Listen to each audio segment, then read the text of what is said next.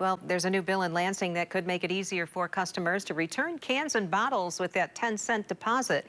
If it passes, it would require retailers to offer those services during certain times. News 8's David Horak explains why. Kalamazoo Representative Julie Rogers, who wrote this bill, said there weren't really any issues with the state's bottle return law until after the pandemic. That's because some stores have very limited time frames with their returns. I've even seen a small sign in one of the windows in a Kalamazoo store that said 12 to 2. We only accept these bottles and cans in the hours of 12 to 2. And for most working people, myself included, that is very difficult. The state's bottle return law requires retailers to accept bottle and can returns if they sell them at their store, but it doesn't specify how or when.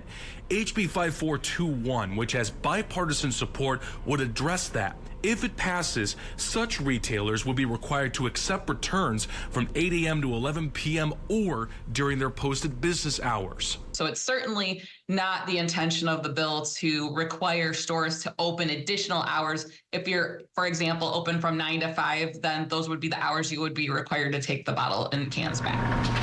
The bill, which is currently in committee, does not require stores to accept returns of products they don't sell, just only ones they do. If I buy something from someone, I should be able to expect that they, will take it back, but the customer should also, be okay with, some stipulations that, stores put on. Staff at Tiffany's Wine and Spirits believe the bill is fair. It also won't affect their return services since they're already during their business hours. However, they strongly urge customers returning recyclables to stores like theirs to be considerate of their limited manpower, time, space, and equipment. All of those big retailers, they've got those rooms with the reverse vending machines that make it really easy.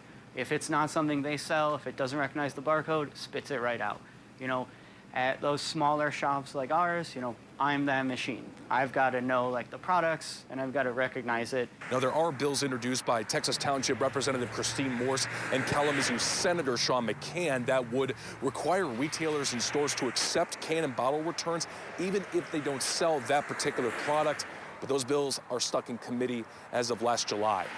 We're in Kalamazoo. David Horak, News 8.